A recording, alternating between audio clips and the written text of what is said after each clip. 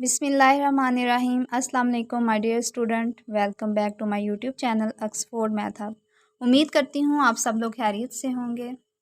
तो आज की इस वीडियो में हम लोग स्टार्ट करने लगे हैं ज्योमेट्री सीरीज़, जिसको हम बेसिक से स्टार्ट करेंगे और हाई लेवल तक हम लोग जाएंगे।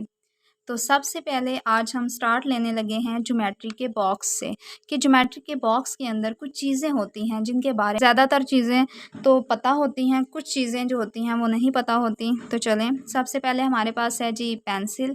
पेंसिल से हम लोग किसी भी लाइन को ड्रा करते हैं। उसके बाद हमारे पास आता है स्ट्रेट एज या रूलर। हम लोग इसकी मदद से लाइन को ड्रा करते हैं, कोई भी स्ट्रेट लाइन हम लोग इसकी मदद से ड्रा करते हैं। उसके बाद है हमारे पास कंपास। कंपास जो होती है वो वी शेप की होती है। इसकी एक तरफ हम लोग पेंसिल लगा देते हैं, उसको सेट करते हैं और दोनों के हम लोगों ने कॉर्नर जो होते हैं वो सेम रखने होते हैं और इसको हम लोग यूज़ करते हैं एंगल्स वगैरह बनाने के लिए। हम लोग ज़्यादातर इसका इस्तेमाल करते हैं। जो डिवाइडर होता है वो कंपेयर लेंथ जो होती है हमारे पास, उसको कंपेयर करने के लिए हम इसको यूज़ करते हैं। ये भी वी शेप की होती है हमारे पास। उसके बाद हमारे पास आता है जी प्रोट्रैक्टर। इसको जो होता है ये सेमी सर्कुलर शेप का होता है, हाफ सर्कल जिसे कहते हैं। इसको भी जो है हम लोग एंगल मेजर करने के लिए इस्तेमाल करते हैं। ये मोस्ट इम्पोर्टेंट है जी, जो मोस्टली स्टूडेंट्स को नहीं पता होता कि ये किस काम में ये इनका इस्तेमाल किया जाता है। तो आज मैं आपको बेसिकली सेट स्क्वायर के बारे में बताऊंगी कि सेट स्क्वायर किसे कहते हैं। सेट स्क्वायर बेसिकली एक स्क्वायर की तरह होता है, जिसे आप मुरब्बा भी कहते हैं। ठीक है, इसके अंदर कुछ पार्ट जो होता है ना, ये इसकी शेप एक मुरब्बे की तरह होती है।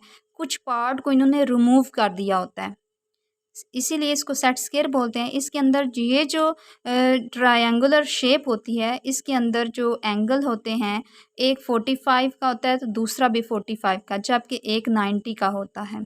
जबकि ये वाली जो ट्रायंगल दी जाती है, इसके अंदर हमारा एक एंगल 30 का होता है, एक एंगल 60 का होता है और दूसरा जो एंगल होता है वो 90 डिग्री का होता है। तो आज हम इसका यूज़ भी पढ़ेंगे कि हम इसको किस लिए यूज़ करते हैं। तो जी हम इसको पैरेलल और परपेंडिकुलर लाइंस को ड्रा करने के लिए इस्तेमाल करते हैं। तो हम लोग जो है देखते हैं कि लाइन पहले क्या होता है, फिर बाद में ही हम लोग इसको ड्रा भी करेंगे पैरेलल और परपेंडिकुलर लाइन को।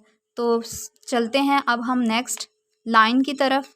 लाइन बेसिकली कोई इतनी आपने कोई डेफिनेशन की ज़रूरत नहीं है कि आपको बस आप अपना कंसेप्ट क्लियर कर लें कि लाइन होता क्या है। लाइन बेसिकली हमारे पास एक स्ट्रेट डिस्टेंस होता है जिसके एंड पॉइंट नहीं होते, जिसको हम बोथ साइड से एक्सटेंड कर सकते हों।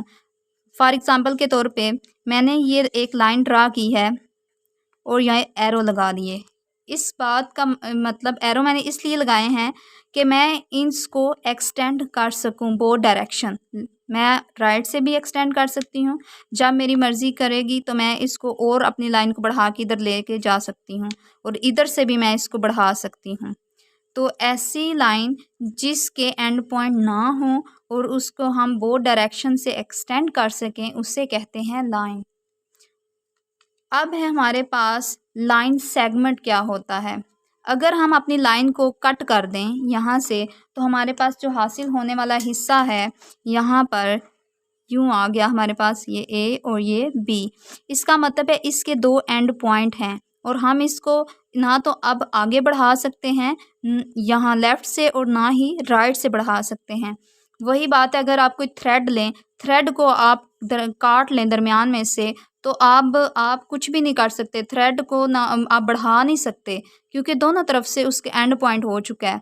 तो आप इसकी मिसाल लें अगर, तो थ्रेड बेस्ट है इसके लिए, लाइन सेगमेंट के लिए। ठीक है, क्योंकि हम उसको बढ़ा नहीं सकते, तो इसको बोलेंगे हम लोग लाइन सेगमेंट। ये होता पार्ट लाइन का ही है। ठीक है, अब है हमारे पास ये है, इसको हम कहेंगे लाइन। ये हमारे पास आ गई लाइन सेगमेंट। अब नेक्स्ट जो है हमारे पास वो है रे। रे जो है बेसिकली हमारे पास ऐसी लाइन होती है जिसके एक तरफ तो एंड पॉइंट होता है, जबकि दूसरी तरफ एंड पॉइंट नहीं होता। यानी एक तरफ से उसका पॉइंट फिक्स है, यहाँ से हम बढ़ा नहीं सकते, जबकि एक तरफ से हम इसकी डायरेक्शन जो है ये राइट तरफ से हम इसको बढ़ा सकते हैं। अगर मैं अपना पॉइंट यहाँ पे फिक्स कर दूँ और इस तरफ को लूँ तो इसका मतलब है मैं अपनी जो लाइन है वो लेफ़्ट तरफ से बढ़ा सकती हूँ, जबकि राइट तरफ से मैं नहीं बढ़ा सकती। क्यों? क्योंकि यहाँ पे फ़िक्स पॉइंट है। जब भी इस तरह का फ़िक्स पॉइंट हो तो इसका मतलब है हम इसको एक्सटेंड नहीं कर सकते। तो लाइन के अंदर देखें कोई फ़िक्स पॉइंट नहीं था, तो हमने बोथ डायरेक्शन जो था एक्सटेंड कर लिया था। अब यहाँ पे जो है इसके एंड पॉइंट है, तो हम इसको जो है एक्सटेंड नहीं कर सकते। और अगर हम रे की बात करें तो इसके एक तरफ फ़िक्स पॉइंट है, जबकि एक तरफ जो है फ़िक्स पॉइंट नहीं है। तो इसका मतलब है लाइन जो होती है उसका कोई जो है एंड पॉइंट नहीं होता। लाइन सेगमेंट का एंड पॉइंट होता है, यहाँ दोनों तरफ होता है, और रे का एक एंड पॉइंट होता है, सिर्फ एक ही फ़िक्स पॉइंट होता है और उसको हम दूसरी तरफ से जो है एक्सटेंड कर सकते हैं। अब है हमारे पास नेक्स्ट लाइन जो है उसकी टाइप्स कितनी होती हैं। बेसिकली हमारे पास जो लाइन होती है उसको हम हॉरिजेंटल भी ड्रा कर सकते हैं और वर्टिकल भी। अगर हम लोग अपनी लाइन को इस तरीके से ड्रा करें, स्लीपिंग लाइन के तौर पर अगर हम इनको ड्रा करें तो हमारे पास ये जो आने वाली लाइन है ये होगी हॉरिजेंटल लाइन। इसको हम बोलेंगे हॉरिजेंटल लाइन।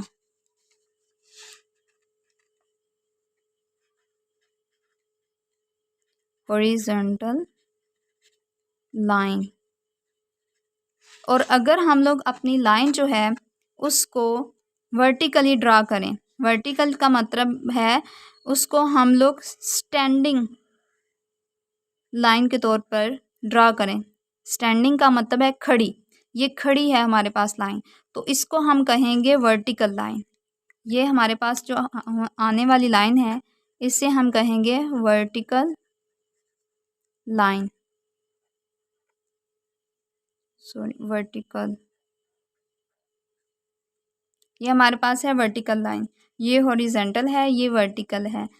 ये था हमारा आज का टॉपिक। उम्मीद करती हूँ आपको पसंद आया होगा। अगर मेरी वीडियो आपको अच्छी लगी है तो प्लीज़ सब्सक्राइब कीजिएगा, शेयर कीजिएगा, दुआओं में याद रखिएगा। अल्लाह हाफिज़।